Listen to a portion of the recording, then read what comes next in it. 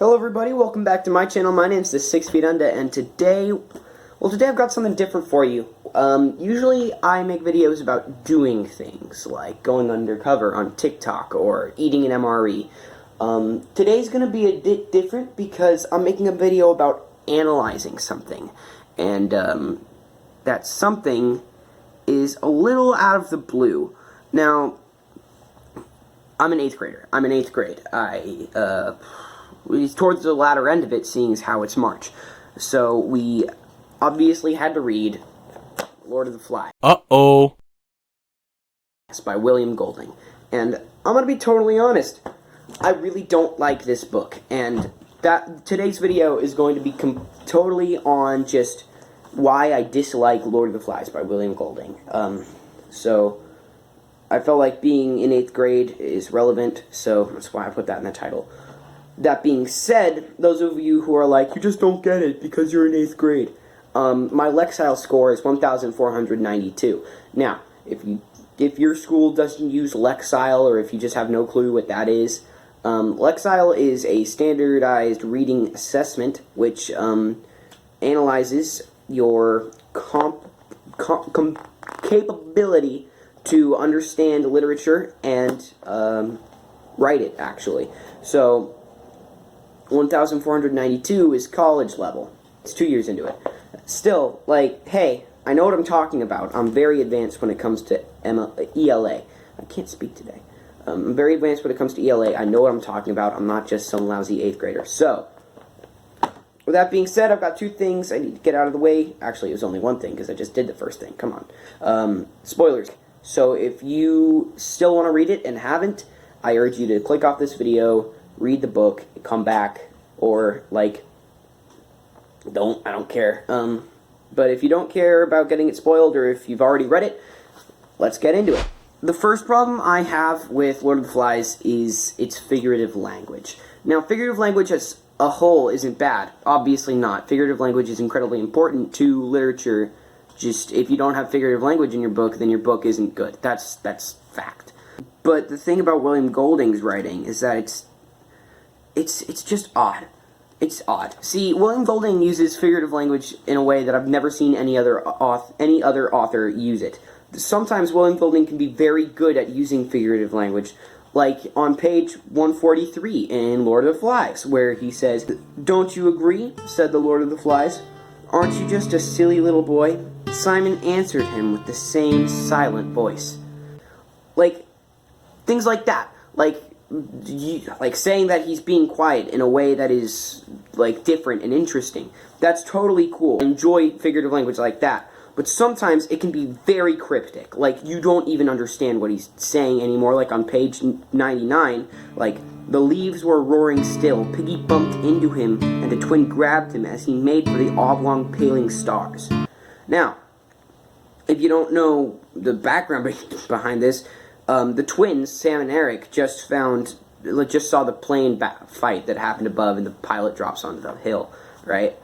But I fail to see how Piggy bumping into him and a twin grabbed him as he made for the oblong of paling stars. What does that even mean, right? You're flapping your gums a lot, but you're not saying anything. And sometimes he overuses figurative language to the point where it's functionally useless. On page 154 is the most egregious use of figurative language, to the point where, like, I can't. This is what really tipped me over the edge when it comes to Lord of the Flies. When we reached page 154, I was like, this book, I can't do it anymore. Because, and I'm quoting here, "Along the short edge of the shallows, the advancing clearness was full of strange, moonbeam-bodied creatures with fiery eyes. Here and there, a large pebble clung to its own air and was covered with a coat of pearls." What are you saying, dude? What do you mean? What do you mean? And I looked it up. I looked at multiple websites, and the general consensus is what he's trying to say here is it was bubbles.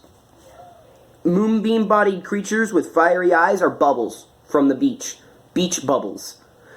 Remember, page 154 is mere paragraphs after they did the stupid Ooga Booga Caveman stick dance around Simon and poked him to death. They bit, claw, punched. By the way, bit. Cannibalism. They eat kids in this book. Anyway, this is moments after that, right? He spends, I kid you not, 2 paragraphs focusing on how they circle around Simon and go kill the beast, cut his throat, spill his blood, whatever, right? And a full page and a half on Simon getting carried away to the sea and staying there.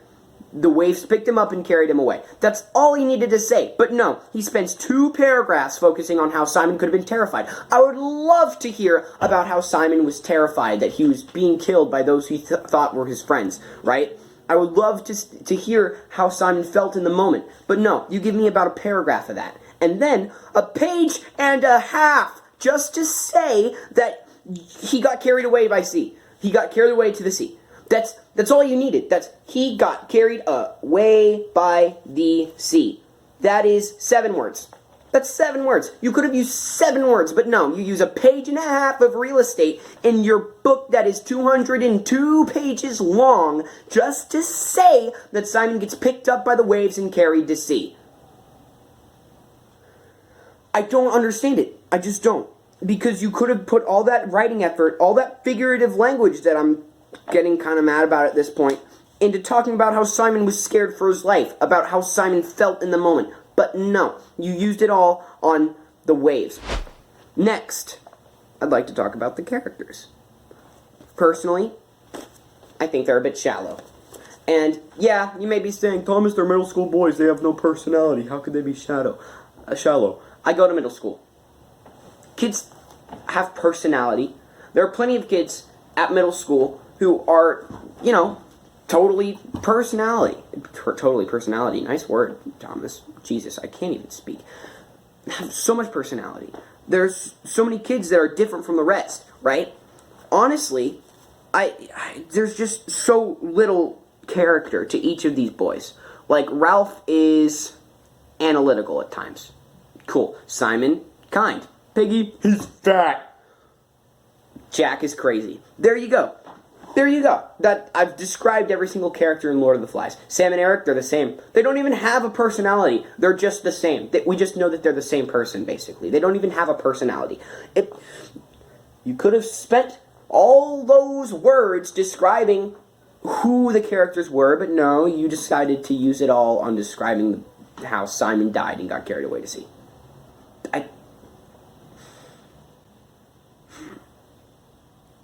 Yeah. Also, poorly described. Like, that's another point I just made. How they don't even describe their feelings. Sometimes they describe their feelings.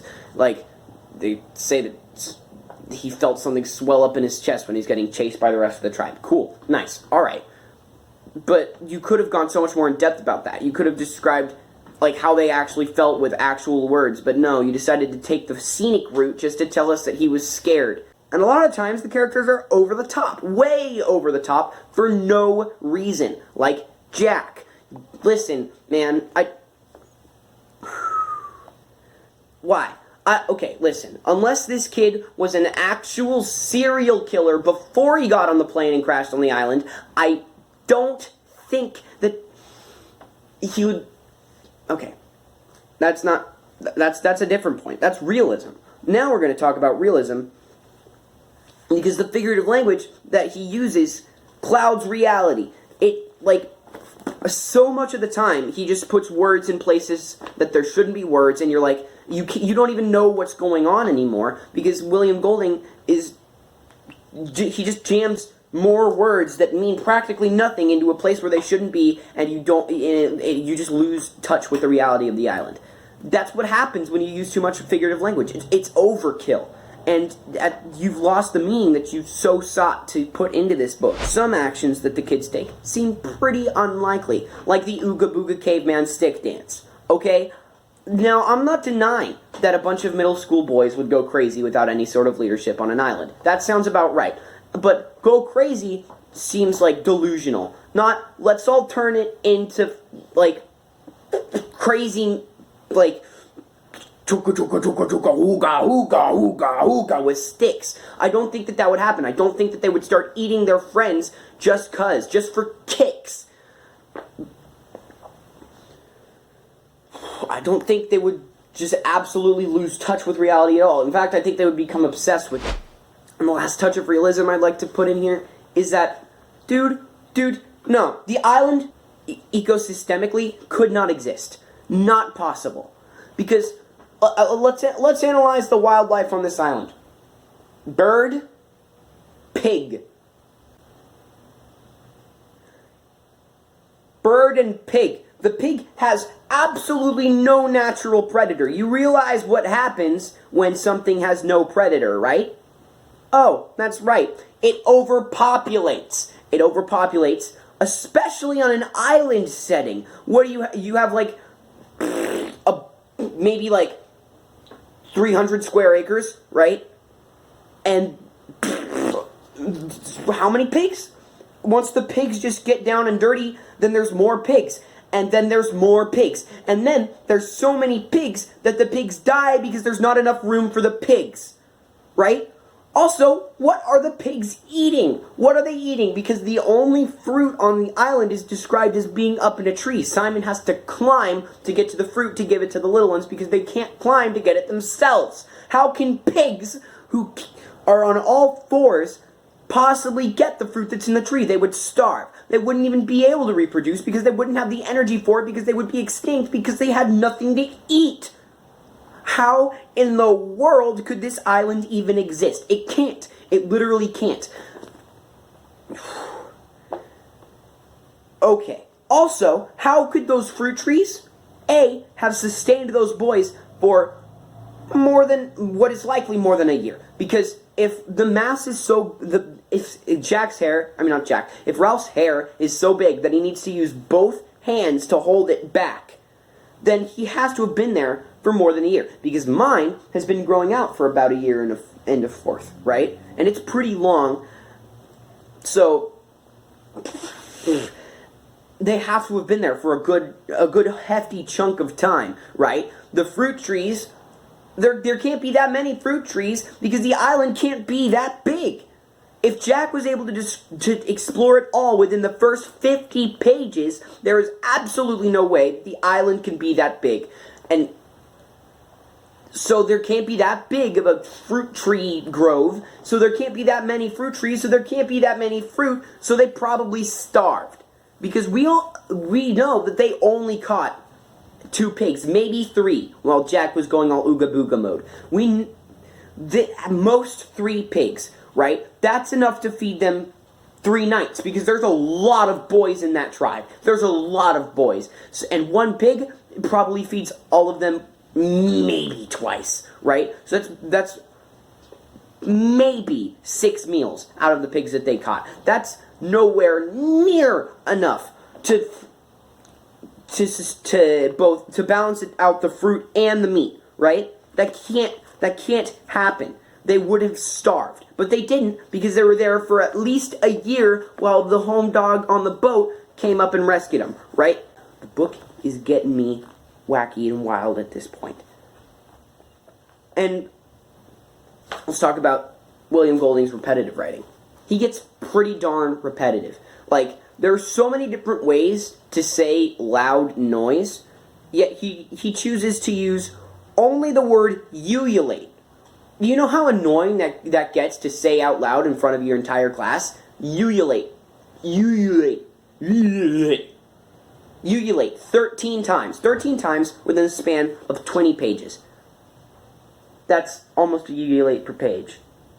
And boy, does it make me mad. It makes me frustrated to read that, because there are so many other words that mean loud noise. But he chooses ululate. I don't get it, man. And people say, it was a different time back then. It was so different. Because it was the 40s. It was World War II. Okay. Alright. Fine. then why are you still teaching it to me in 2021? If it's lost its relevancy, if it's lost its relatability, then why are you still teaching it to students in 2021? Nearly 80 years after it takes place. This makes no sense if you're doing that, right? Right? If this is departed from our time and it wouldn't happen anymore, how is it an in-depth and accurate study about character and society? If society has changed. So I think that's pretty much all I have to say about